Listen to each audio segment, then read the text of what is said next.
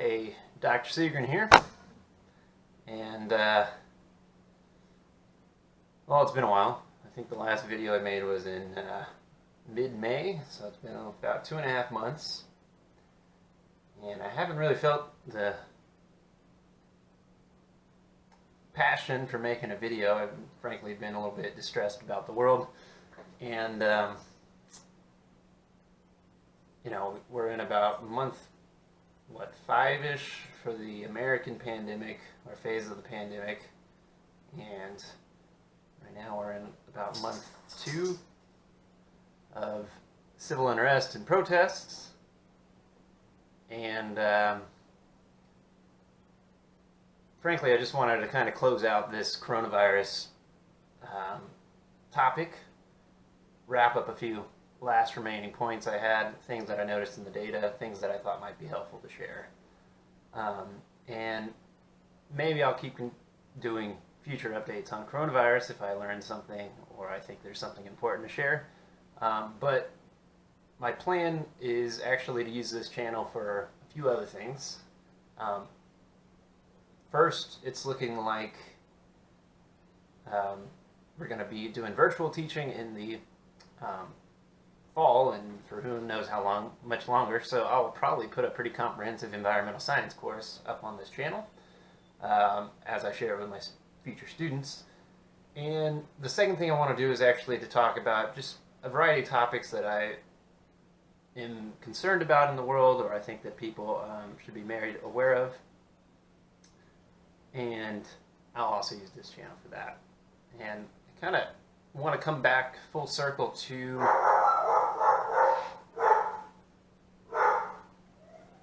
still got dogs. Where was I? Whoa. My dogs are doing fine, if you're curious.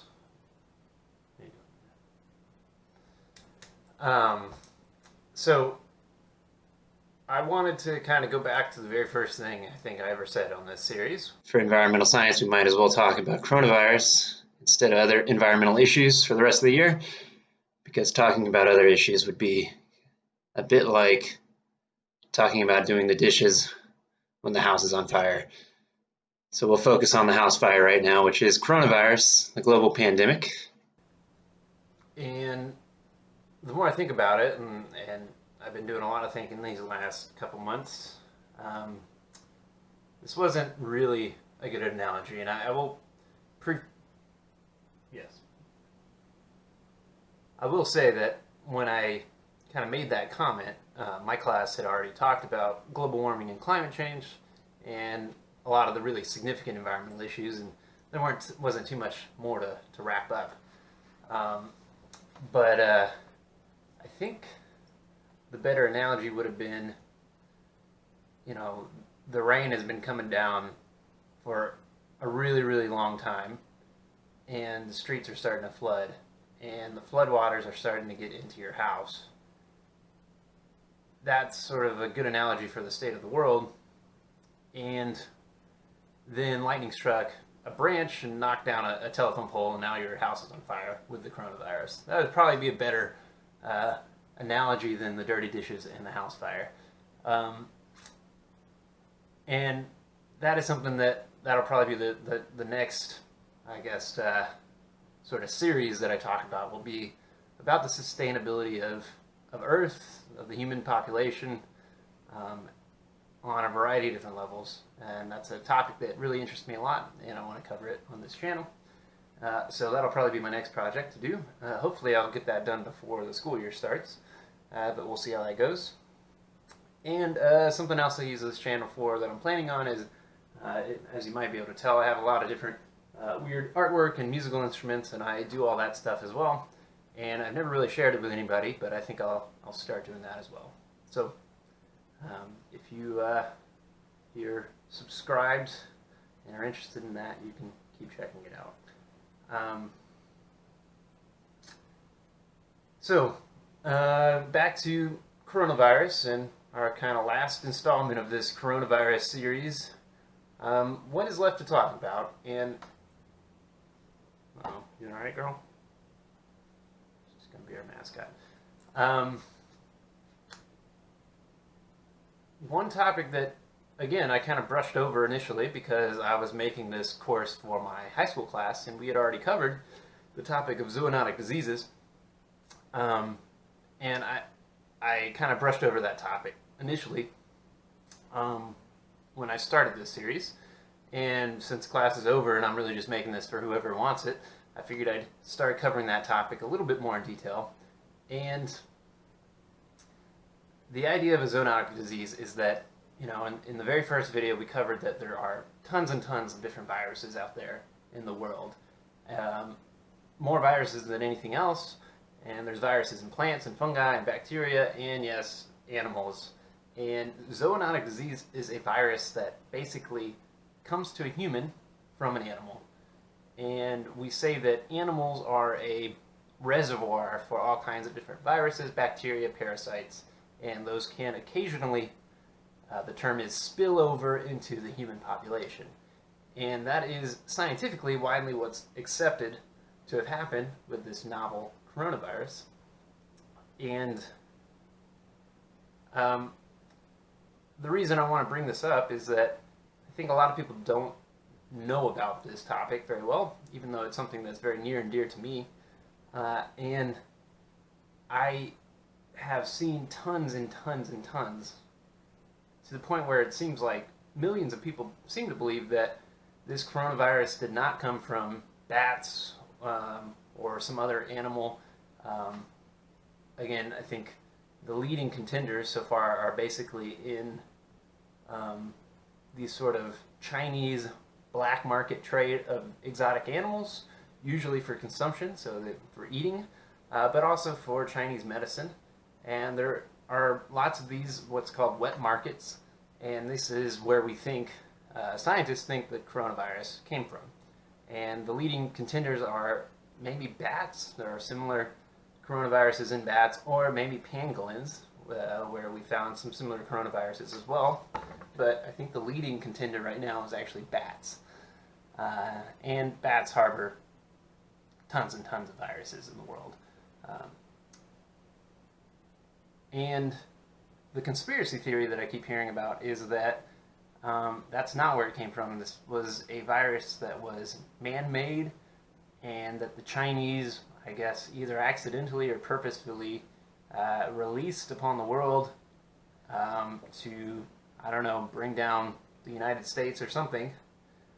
And, you know, I thought it might be kind of helpful to sort of, sure, why not? Let's just take this. Is this actually possible as a conspiracy theory? And I thought maybe an interesting way to talk about this topic is we could compare past examples of zoonotic diseases and also past examples of times where there have been man-made diseases that have been released upon the public.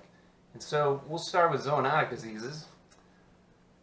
In no particular order here, I guess mostly alphabetical. You know, I'll list off a few examples of zoonotic diseases, diseases that have been held on to in animals and then have spread into humans. Let's see what this list looks like.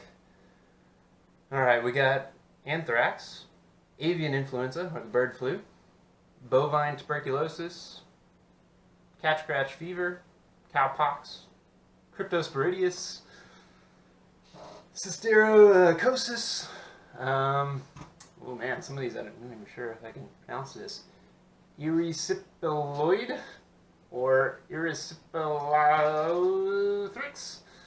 Of course, there's granuloma, giardia, hemorrhagic colitis, hantavirus, hepatitis E, leptospirosis, listeria, Lyme disease, ORF. What is ORF? ORF disease? ORF is a skin disease caused by a parapox virus that affects sheep and goats, characterized by pustular and scabby lesions around the mouth and nostrils, transmissible to humans through direct or close contact with an infected animal. ORF, pasteurellosis, psittacosis, Q fever, rabies, rat bite fever, ringworm, salmonella, streptococcus, toxoplasmosis, Ebola, Hendra virus, Lassa fever, Marburg virus, Middle Eastern respiratory syndrome, monkeypox, Nipah virus, bubonic plague, Rift Valley fever, Japanese encephalitis, tick-borne encephalitis, trichinellosis, or trichinella, tularemia, West Nile, yellow fever. Any other big ones that I'm missing? Oh, of course, there's swine flu and bird flu. Oh, HIV, severe acute respiratory syndrome number 1, and finally, severe acute respiratory syndrome coronavirus number 2 currently.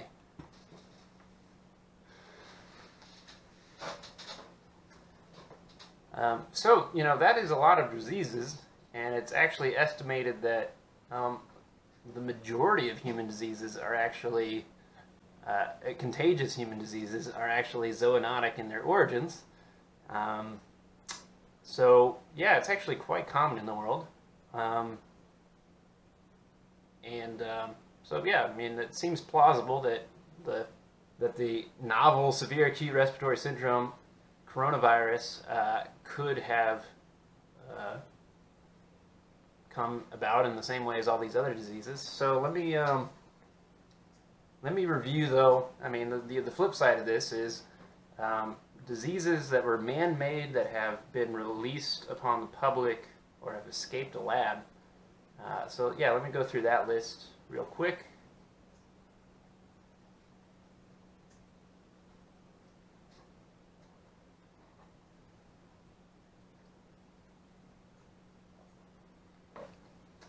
So yeah, that was a really comprehensive list. So, which side is more plausible? The zoonotic disease side or the conspiracy theory side? I'll let you be the judge. I think you know which one I think. Why would we consider this to be anything other than zoonotic? Sure, we can explore the possibility, but there are tons of these diseases, and the thing that gets me about these conspiracy theories is that, there are lots of scientists out there that have written entire books on this topic and have basically, this is one of my favorite books. I read this a few years back. David Quammen is not actually a scientist. He's a science journalist and a science writer, but he did this massive book interviewing all these scientists that work in this field, and the topic is spillover, which again, that's what happens when an animal disease crosses over to human, animal infections, and the next human pandemic. So when we peddle all these stupid conspiracy theories, we are degrading all these hardworking people who have been warning us about this for years. This book came out in 2012. I'm going to read you an excerpt of it, and, well, I think it'll kind of put things in perspective for you. So this is basically his closing thesis, closing remarks for the book. So I'm going to read you a couple pages of spillover here, and here it goes. He's talking about how he's interviewed all these different scientists, probably dozens and dozens of them, to make this book. And he's saying that these scientists are on alert. They are our sentries. They watch the boundaries across which pathogens spill. And they are productively interconnected with one another. When the next novel virus makes its way from a chimpanzee, a bat, a mouse, a duck, or a macaque into a human, and maybe from a human into another human, and thereupon begins causing a small cluster of lethal illnesses, they will see it. We hope they will, anyway, and raise the alarm. Whatever happens after that will depend on science, politics, social mores, public opinion, public will, and other forms of human behavior. It will depend on how we citizens respond. So before we respond, either calmly or hysterically, either intelligently or doltishly, we should understand in some measure the basic outlines and dynamics of the situation. We should appreciate that these recent outbreaks and new zoonotic diseases, as well as the reoccurrence and spread of old ones, are part of a larger pattern, and that humanity is responsible for generating that pattern. We should recognize that they reflect things that we're doing, not just things that are happening to us. We should understand that, although some of the human-caused factors may seem virtually inexorable, others are within our control. The experts have alerted us to these factors, and it's easy enough to make a list. We have increased our population to the level of 7 billion and beyond. We are well on our way towards 9 billion before our growth trend is likely to flatten, maybe. We live in high densities in many cities. We have penetrated, and we continue to penetrate, the last great forest and the other wild ecosystems on the planet, disrupting the physical structures and the ecological communities of such places. We cut our way through the Congo. We cut our way through the Amazon. We cut our way through Borneo. We cut our way through Madagascar. We've cut our way through New Guinea and northeastern Australia. We shake the trees, figuratively and literally, and things fall out. We kill and butcher and eat many of the wild animals found there. We settle in those places, creating villages, work camps, towns, extractive industries, new cities. We bring in our own domesticated animals, replacing the wild herbivores with livestock. We multiply our livestock as we've multiplied ourselves, operating huge factory-scale operations involving thousands of cattle, pigs, chickens, ducks, sheep, and goats, and not to mention hundreds of bamboo rats and palm civets, all confined en masse within pens and corrals, under conditions that allow those domestic and semi-domestics to acquire infectious pathogens from external sources, such as bats roosting over pig pens, to share those infections with one another, and to provide abundant opportunities for the pathogens to evolve new forms, some of which are capable of infecting a human as well as a cow or a duck. We treat many of those stock animals with prophylactic doses of antibiotics and other drugs intended not to cure them, but to foster their weight gain and maintain their health just sufficiently for profitable sale and slaughter. And in doing so, we encourage the evolution of resistant bacteria. We export and import livestock across great distances at great speeds. We export and import other live animals, especially primates, for medical research. We export and import wild animals as exotic pets. We export and import animal skins, contraband bushmeat, and plants, some of which carry secret microbial passengers. We travel, move between cities and continents even more quickly than our transported livestock. We stay in hotels where strangers sneeze and vomit. We eat in restaurants where the cook may have butchered a porcupine before working on our scallops. We visit monkey temples in Asia, live markets in India, picturesque villages in South America, dusty archaeological sites in New Mexico, dairy towns in the Netherlands, bat caves in East Africa, racetracks in Australia, breathing the air, feeding the animals, touching things, shaking hands with the friendly locals. And then we jump in our planes and fly home. We get bitten by mosquitoes and ticks.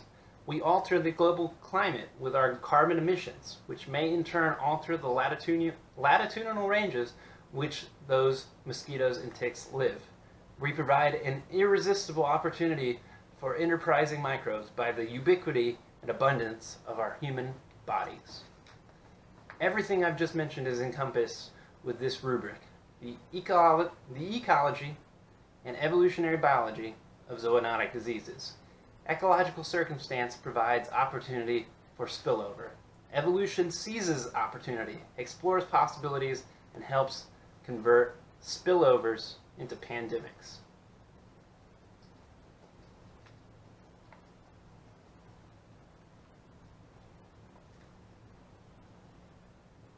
So it's all right there.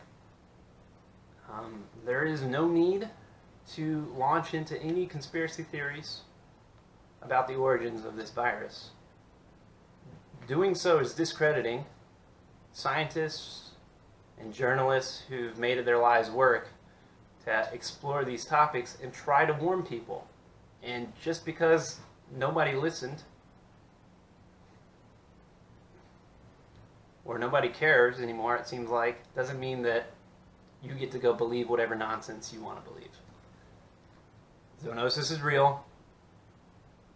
almost certain where this pathogen came from. And the crazy part is, almost nothing has been done to stop a future pathogen from coming through.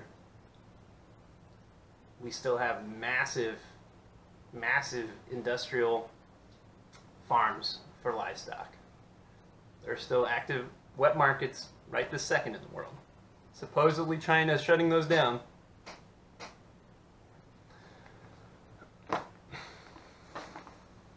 Highly recommend the book. It is fascinating. It's a quick read. He's an excellent author.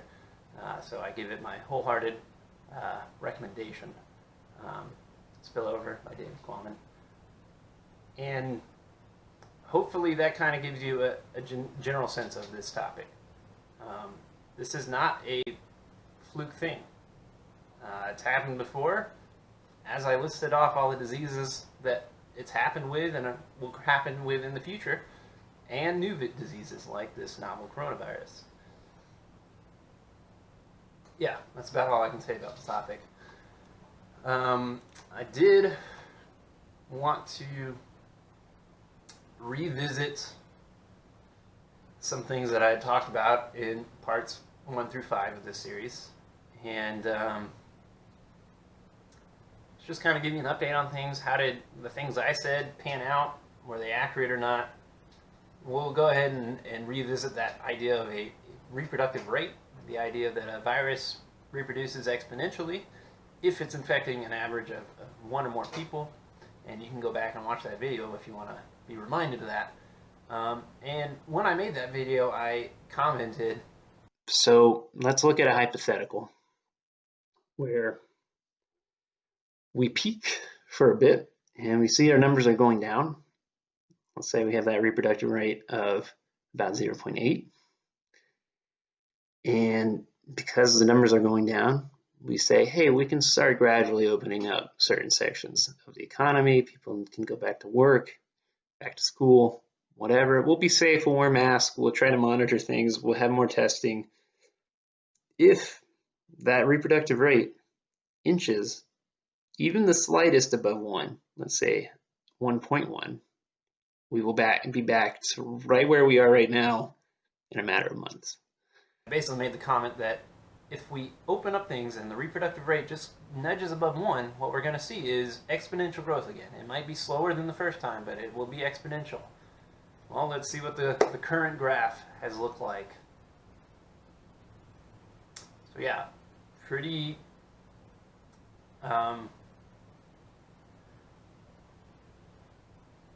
obvious that basically what happened is that, yeah, as we closed down, it slowed down the reproductive rate. The numbers began shrinking, and then as we opened up again, well, the numbers started exploding again. Now, maybe there's a note of optimism here. The most recent numbers show some sign of leveling off. There could be a few explanations for something like that. Seems like testing might be at max capacity. A friend of mine, actually my best 2 friends, really have been feeling pretty sick lately, and some of their symptoms seem like what was widely described as the coronavirus. They were taking all the precautions they could, and wearing masks, trying to limit themselves going outside, but they picked it up somehow, and have a lack of smell and a lack of taste, fever, congestion, all that stuff. So they wanted to go get tested, and they live in South Houston, and they went and got tested, I think, last Friday. Today is Thursday, July 30th, so about 6 days ago.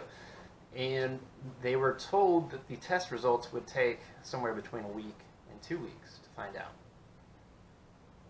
So when you have that kind of a delay on testing, the test itself, it's an RNA PCR test. So you're basically just looking for the viral DNA or viral RNA, that it might be in your body, and that's how you figure it out. And to my understanding, it doesn't take very long to run an individual test. So the 7 days to 2 weeks, that is just all backlog, and so it's makes you wonder, the data that we're currently seeing, I mean, is that even from this week or not? And it also makes you wonder, well, is our testing capacity essentially maxed out right now? That basically cases grew so exponentially fast that there just wasn't testing possible. And yeah, the rate of testing growth has actually slowed down recently. It is still going up a bit, but it is also seems to be kind of capping off. So it's unclear to know if, hopefully, we're going in the right direction or not. But let's hope. Part of that might have been the closing of bars. Most states have closed bars again. It doesn't seem to be universally adhered to, but you know, any little bit helps. Another idea of what's going on is that we aren't really achieving herd immunity, but we are somewhat achieving herd immunity for the population of idiots. So the idiots that are still going to bars, we pretty much, most of them would have already been infected, and once they become infected, maybe either they stop going to bars or basically there's just nowhere else for the virus to infect because it's already infected all the idiots. And so that would be kind of like a, yeah, I would call that not a true herd immunity. We probably aren't anywhere near herd immunity in the population, but for the population of idiots that are actually being idiots and going out to bars and such, we might be achieving some form of herd immunity, which means that the case count will kind of level off and fall down, although we still can't really just open up everything. And speaking of that, you know, if we're barely treading water and just barely bringing the reproductive rate of the virus back underneath 1, it really means that we can't do anything differently. You can't open up bars, you can't open up restaurants, you can't open up schools, you can't open up big crowded stadiums for live sports. If you do any of those things and it allows any extra transmission, bam, you're back into exponential territory again. That seems to, it seems like our politicians just don't understand that basic concept of science and math. So, I mean, there's an update on things. You know, basically everything I said in that reproductive rate video pretty much held out to be true. Okay, so something I did want to bring up, something else I did as an update of things. We had the video talking about the death rate of the disease and basically how many people could you expect to die and what that would look like, the lethality of the disease, and we've actually had since then a lot of new data has been released by the CDC, and there's this awesome website that I'm going to put in the bottom here. The tool, again, I put that in the bottom link here, was created by researchers at the National Cancer Institute Division of Cancer and Epidemiology and Genetics to monitor the U.S. trends in the overall and cause-specific mortality since the onset of the COVID-19 pandemic. And so this group of badasses, Jonas Almeida, Amy Barrington, Neil Friedman, Meredith Shields, Prafula Bashar, Bhamik Patel, Erica Nemeth, and Montserrat Garcia Closas, all these badasses put together this really awesome tool that basically, well, it's a bit morbid, it's a mortality tracker.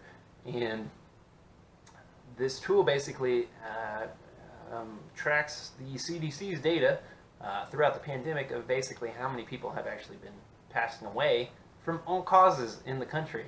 And we can kind of look at that and see how COVID has impacted the death rate in America. And just looking at the overall curve, what this has showed, if we look at all the deaths in the United States, is that right at the onset of the pandemic in late March, when everything started closing down and shutting down, there was obviously a bit of a delay. So that's something to consider if you are looking at any of these data sets on Worldometers or any of the websites that I put. So if the pandemic in the United States grew out of control in March at some point, and we shut everything down in March.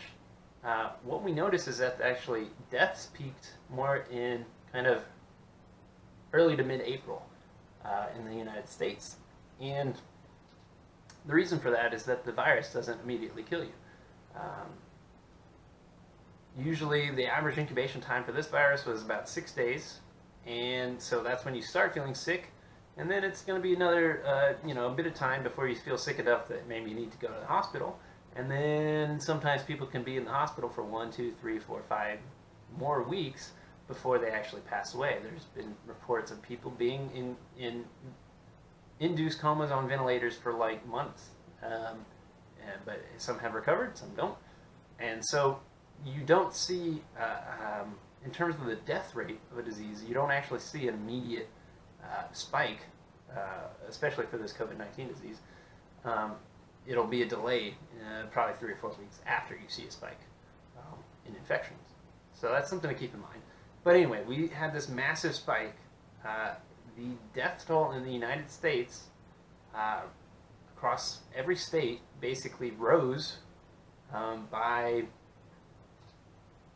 about 60%. So we had, on average, about 60% more deaths than we normally would, maybe even a bit more than that at the peak of the virus. So saying that this is just the flu or something like that, this does not happen with flu season. I mean, there might be a slight rise in deaths over the flu season, but it's nothing like this. So this is clearly different. You can see clearly the effects of this disease on mortality in the United States. And the vast majority of these deaths were concentrated in New York City. And so we can actually look at New York City's data, and there the data is unbelievable. The average death rate in New York City tends to be about 1,000 people per week, and in that peak in April, it got close to 8,000 deaths per week. So basically you had a 700% increase in deaths in New York City during the peak of the outbreak. That is unbelievable amounts of carnage. Obviously, we talked about the mass graves and the morgue trucks and all that stuff when I talked about death rate, but you take all of the causes of death and you have to multiply that by 7 to get the number of seemingly coronavirus deaths. A really interesting thing is when you look a little bit closer at the New York data and you look at the breakdown of different types of deaths. So basically the CDC categorizes all these different deaths that happened in different categories, and actually you notice here, and again this is kind of, if I were to criticize the Mortality Tracker website just slightly, the red line here that shows the Johns Hopkins totals, it's a little bit clunky and it kind of obscures the data a little bit. But what we see is that yes, there is this massive spike of coronavirus deaths, but according to the CDC, you also have a increase. You can see this pink area there in April, it gets way bigger. Pink corresponds to heart disease, and there's also some other weird things happening, like the influenza and pneumonia data gives a little weird spike, and we can kind of zoom in on these things. For example, influenza and pneumonia deaths in mid-April also spiked. Of course, we know the coronavirus can cause pneumonia, but what this is showing is that the CDC, maybe doctors, whoever, must have actually misdiagnosed a substantial amount of coronavirus deaths as pneumonia, at least during the peak of the pandemic. And by the way, as we look at these graphs, basically what it's showing is an average death rate for this cause of disease over the last 5 years. So that's what all the other lines there at the bottom are, the 2015, 2016, 2017, 2018, 2019. And then it gives you a kind of typical range of how many deaths you should expect from that type of illness. So on average, in April, we should expect about 50 influenza and pneumonia deaths in New York City, but we got about 250 at the peak. So, was there some random spike of pneumonia and influenza? I doubt it. This was likely coronavirus that was just mixed diagnosed. If you look at the number of diabetes deaths in New York City, same thing happened in April. Average diabetes deaths in April should be around 50 for New York City, and it spiked up to 180. Again,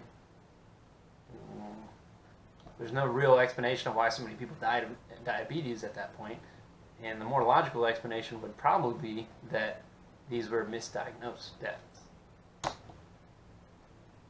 This one is kind of unbelievable to look at. So on average, in New York City in April, you would expect something like 400 people to die from heart attacks, but during the peak of the coronavirus pandemic there, you had about 1,800 heart attack deaths per week.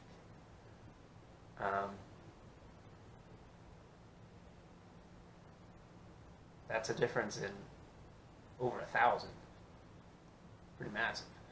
And lastly, if you look at stroke deaths, same thing happened. So basically, across all of these different death categories, we saw increases in deaths. And I guess it could be two different explanations for that. One is that hospitals were overrun, and people that would normally have gone to the hospital for a heart attack or for complications with their diabetes maybe couldn't get a spot in the ICU, which increased the mortality for these other causes of death.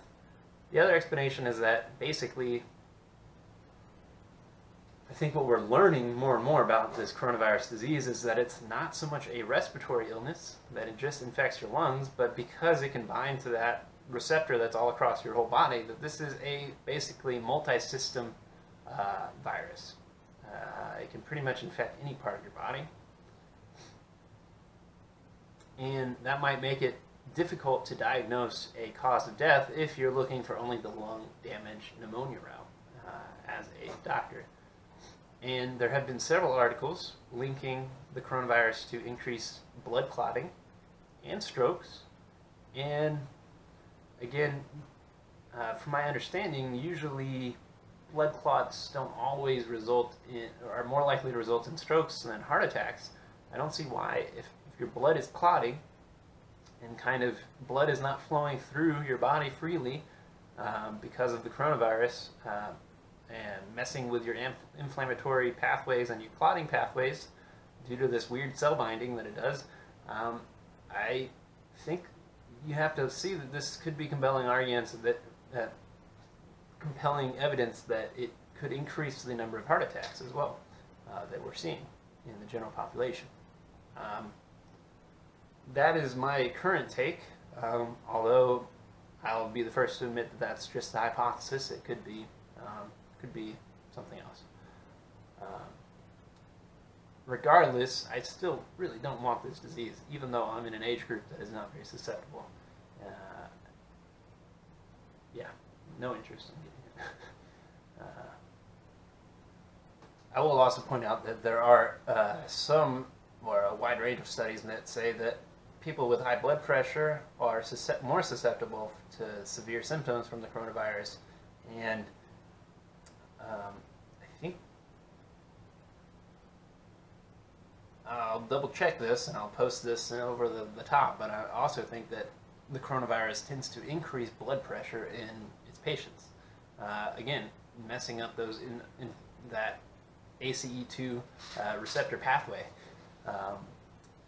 And I think just having an increase in blood pressure, maybe an increase in clotting tendencies in the blood, increased inflammation, yeah, I absolutely think that people could be more susceptible to heart attacks and strokes under those conditions.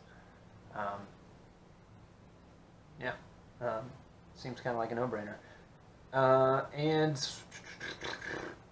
Oh man, something else that kind of came out in this 2-month hiatus I've been on is multiple inflammatory syndrome. Multiple inflammatory organ syndrome? Yes, multiple inflammatory syndrome.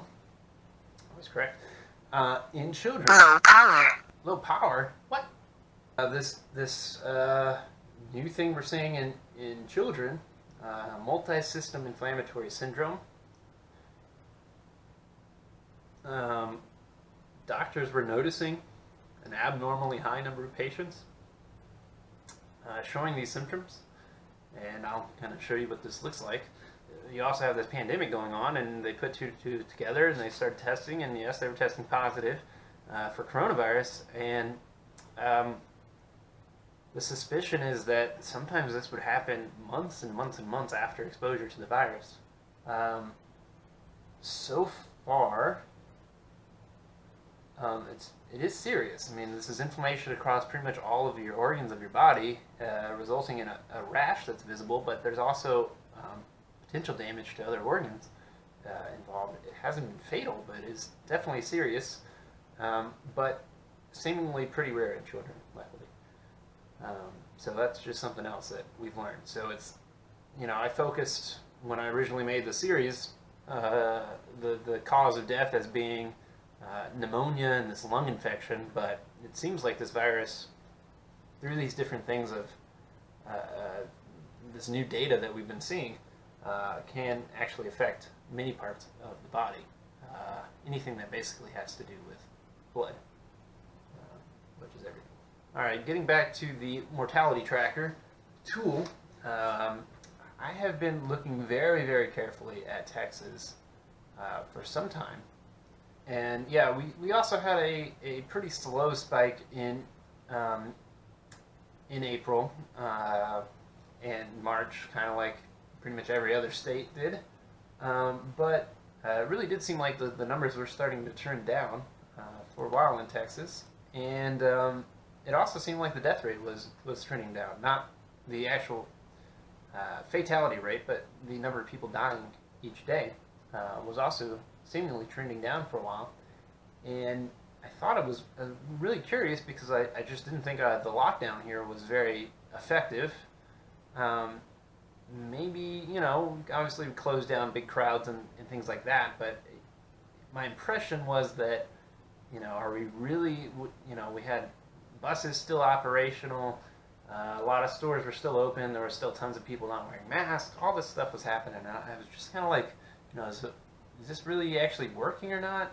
And that's when the Mortality Tracker kind of opened my eyes to something else. I criticized conspiracy theories earlier in this video, and now maybe I'm putting together one of my own.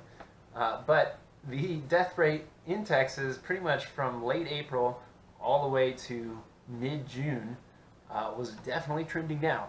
And it just didn't seem like it made any sense, particularly when, at some point in May we started opening up a lot of businesses and all this stuff, and we do see that in recent weeks in July there has been an uptick in deaths again, but it just didn't make sense. And I started looking at this Mortality Tracker, and you can actually sort by states, so you can see what the CDC data is for the state of Texas in terms of the number of deaths per week for different things, and the coronavirus death total per week in Texas across this time. Yeah, it did show that it was going down. And then I started looking around, and there was this category called basically abnormal deaths or unclassified deaths. And typically this category in Texas only accounts for a pretty small number of deaths. I mean, we're talking like 20 or 30 a week across the entire state of Texas, which would be unclassified deaths or unknown causes of deaths. And it's easy to understand. Sometimes, I'm sure, coroners get a dead body, or there's not an autopsy done, or there's not a cause of death listed or something like that.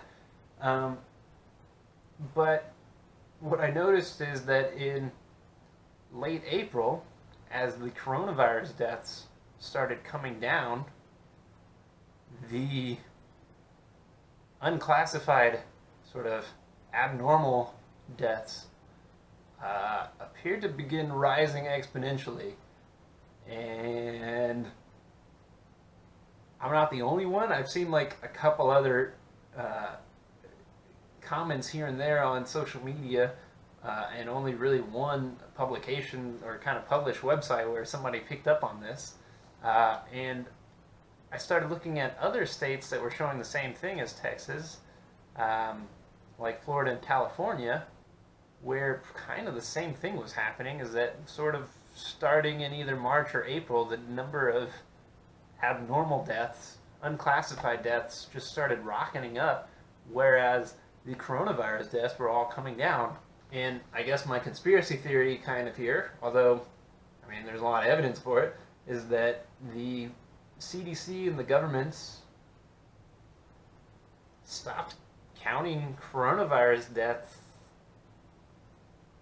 and started classifying any sort of death like that, or at least some portion of those deaths, as being abnormal or unclassified deaths. And I'm not sure why that would be the case. Maybe to show that part of their reopening scheme had to show that coronavirus deaths were decreasing. And maybe that's kind of how they got a workaround, even though it wasn't really happening. It is peculiar, and basically you can combine these two categories to see what the actual death curve was, and yeah, we did. It went, you know, I think the narrative fits pretty well in that early on, as the virus was spreading very rapidly and we hadn't shut down anything, the deaths shortly after began exponentially increasing, and then we did some kind of partial lockdown, but it really wasn't enough to bring the death rate down. So it just kind of leveled off or slowly trickled up, continued to do so, and then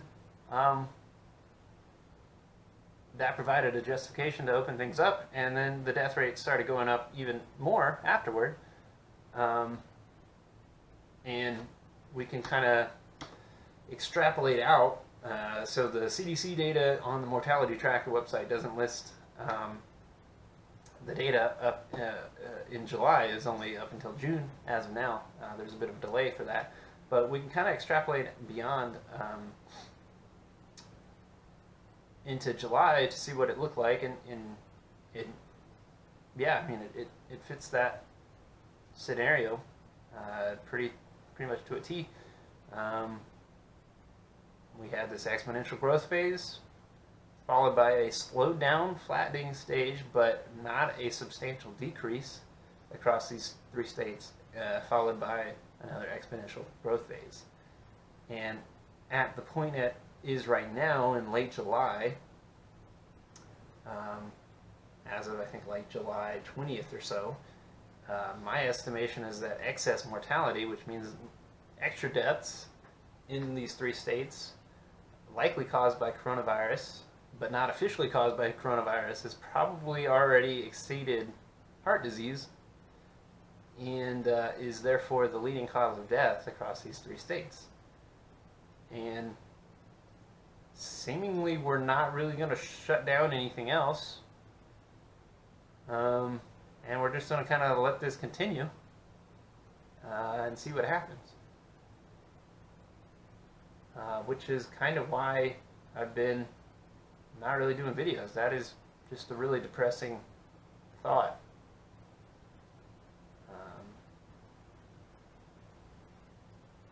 That it seems like a lot of people, and the government doesn't seem to care how many people die from this thing. And B, that there's something fishy going on with their death data, and particularly the unclassified deaths.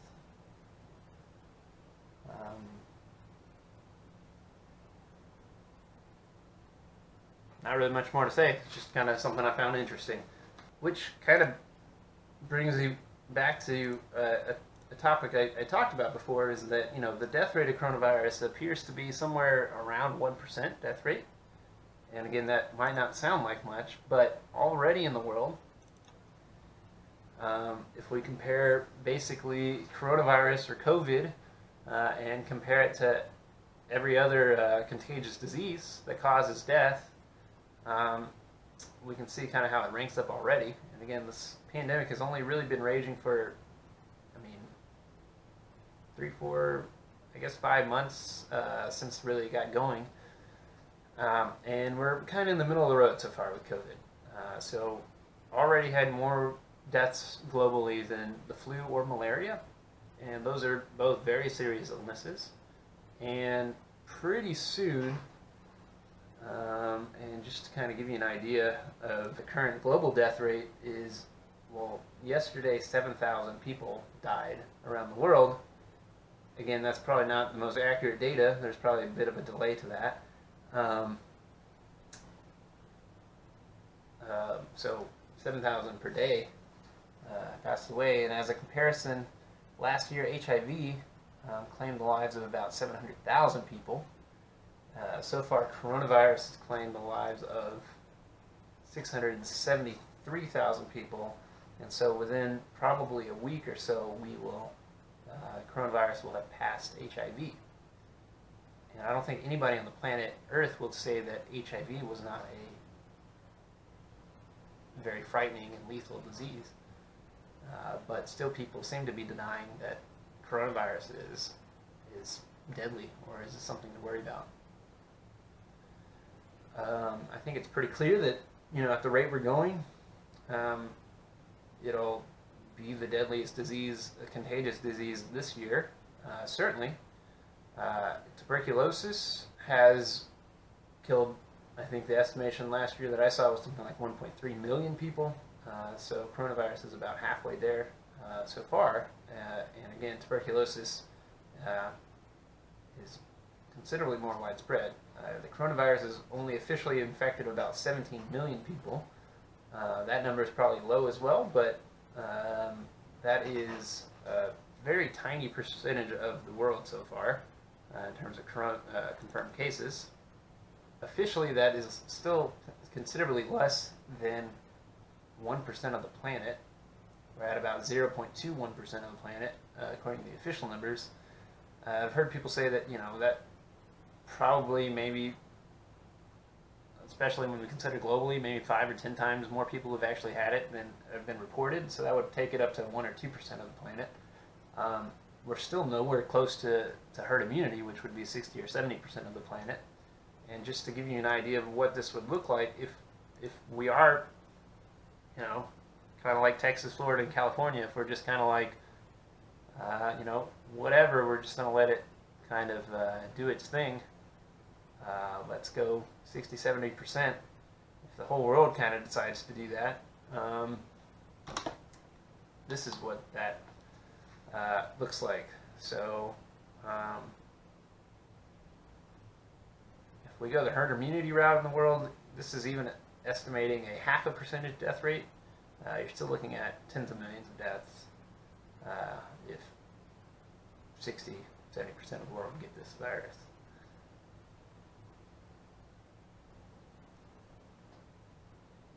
That's kind of an unbelievable number. I think the German Holocaust was something like 10 million, maybe a bit more. Transatlantic African Holocaust, I think the estimation is 10 or 20 million. So we're talking about more lives lost than pretty much those two Holocausts combined. And nobody cares, seemingly. The really crazy thing is that as far as zoonotic diseases go, this is pretty mild on the lethality spectrum.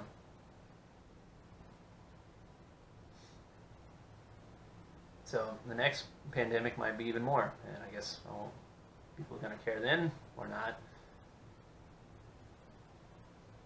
All right, so also, of note, whereas tuberculosis and HIV and malaria, I'll put up the maps of those countries that are most affected by those things. If you compare that to COVID and COVID deaths in particular, you notice it's a very different map, that this is going to affect the developed world with older populations much more severely than the developing world.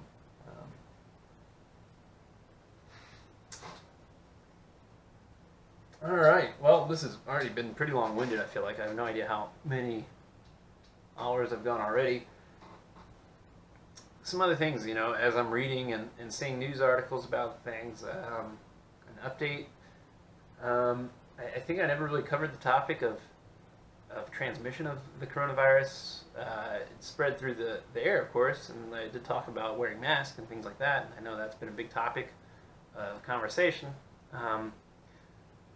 Mask, of course, hopefully I can find this video that shows how big of a mask, how much of a difference a mask can make when somebody coughs, just to the flow of air around that individual's mouth. But usually when you cough, you create all these little things called respiratory droplets. They're tiny little bits of water that can kind of float on the air for some distance, but will eventually settle out. And there's been some discussion lately of whether or not the coronavirus needs a respiratory droplet, or if it can actually just float on the air by itself without being in this mist. And that would be a true, what's called an airborne disease, one that can just travel through the air long distances. And that would also make it highly relevant for things like air conditioning systems that are shared for a community, like, you know, schools. Schools have this big old air conditioning system that sucks in a bunch of air and then spews it out over every classroom. And so if it sucks in some virus from this location, I know the AC unit for pretty much the whole wing of my school is right across the hallway from me, and there's a little door that kind of sucks in all this air from the hallway. So one could imagine it sucking in viral particles. Those particles would be too small for a filter to filter out, and then basically would just be pumped in every room of a building. It just goes to show you how challenging modern life will be if we actually are going to try to reduce the spread of this virus. And again, how is it feasible to do it on the scale and for the timelines that we need to actually bring the numbers of viruses down in the world and eventually eradicate it? Or maybe we can hold off long enough until we find a vaccine for it. I discussed vaccines on the series already. I don't have a lot more to add to it, other than there have been some peculiar things already with this virus. There have been numerous reports of people who get the virus, test negative, then weeks later, maybe even months later, test positive again. Sometimes they feel sick, they don't feel sick, then they get sick again. And this raises a lot of questions, and I don't really have an answer. Is either A, this virus can somehow go dormant in your body, and that the idea that your immune system and your antibodies can kind of defeat it for a long time. Maybe not. That's speculative. That's one hypothesis I can kind of formulate here with this new data.